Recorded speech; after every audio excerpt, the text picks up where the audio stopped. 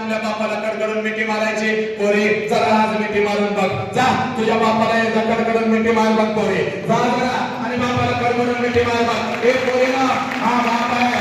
तुमच्यासाठी नागडा राहिलेला हा बाप आहे. तुमच्यासाठी उघडा राहिलेला हा बाप आहे.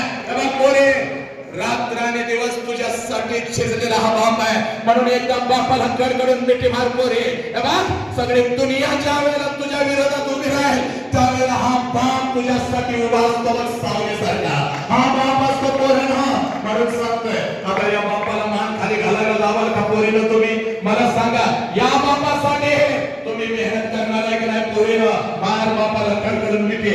अगं तुझ्या आयुष्यातला एकच देव आहे बघ त्याचं नाव बाप आहे. पोरीनं पोरानं एकदा त्याच्या पाया पड बघ.